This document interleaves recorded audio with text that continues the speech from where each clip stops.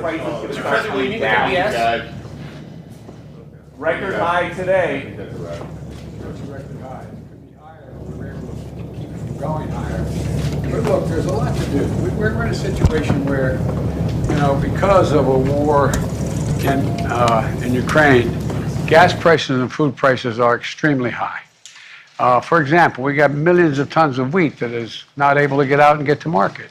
It's causing everything from a loaf of bread to cost so much money to food shortages all across the world. And so we're trying to work through, a war. We're trying to work through how we can get that harbor open and get the, tens of thousands of tons of grain that are there. The same with gasoline. You have the issue that's occurring now is you have Europe deciding that they're going to further curtail the purchase of Russian oil. And there's a whole lot of consideration going on about what can be done to maybe even purchase the oil, but at a limited price, so that it has to be sold.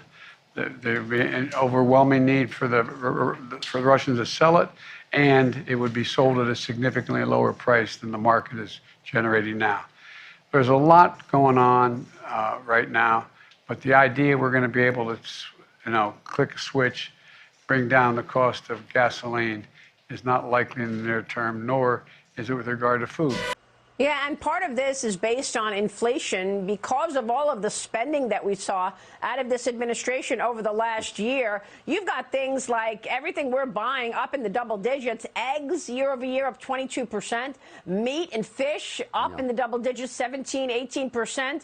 The average consumer price index is up 8.3%, but that's just the average. A lot of the things we're buying are up much more than that. But President Biden said, look, he doesn't know what to do about it. He doesn't have any tools to fix it. He made this major admission this week. Watch this. The idea we're going to be able to, click a switch, bring down the cost of gasoline is not likely in the near term, nor is it with regard to food. Your thoughts? What can he do, Art? Yeah. Well, my thoughts. Well, what should be done by the government? Let me just say, if I were an advisor, and I sure as heck am not, what I would do is say, number one, the Fed should stop buying government securities, period, and roll off a lot of their balance sheets. They own $9 trillion worth of securities.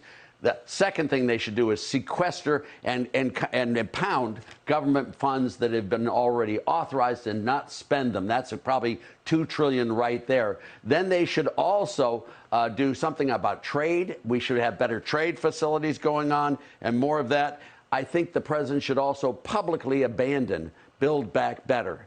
The president should also reverse his energy policies, reopen the Keystone XL pipeline, reopen all the drilling. This guy, Deese, who runs the National Economic Council, said, well, we're producing more oil than in Trump's first year. Duh. I mean, that's not a correct answer. He said also the inflation started when the Russians started building up troops on the boundary of Ukraine. They didn't stop selling oil then, Maria. They were fully blown oil. So the price increases of that are all under Biden. And lastly, I would really, if I were President Biden, I would really try to look for some way of getting a ceasefire in this land war in Europe. It is a very unhealthy situation, and the longer that lasts, the more economic problems and political and military problems we're going to face. It's getting to be another Afghanistan. Yeah, that was the other worry from Jamie Dimon, who said because of the Ukraine war, we could see oil prices go to $175 a barrel. True. He said that is part of his economic hurricane prediction. Art, it's great to get your insights all the time. Thanks very much, sir. We will see you soon. Thank you.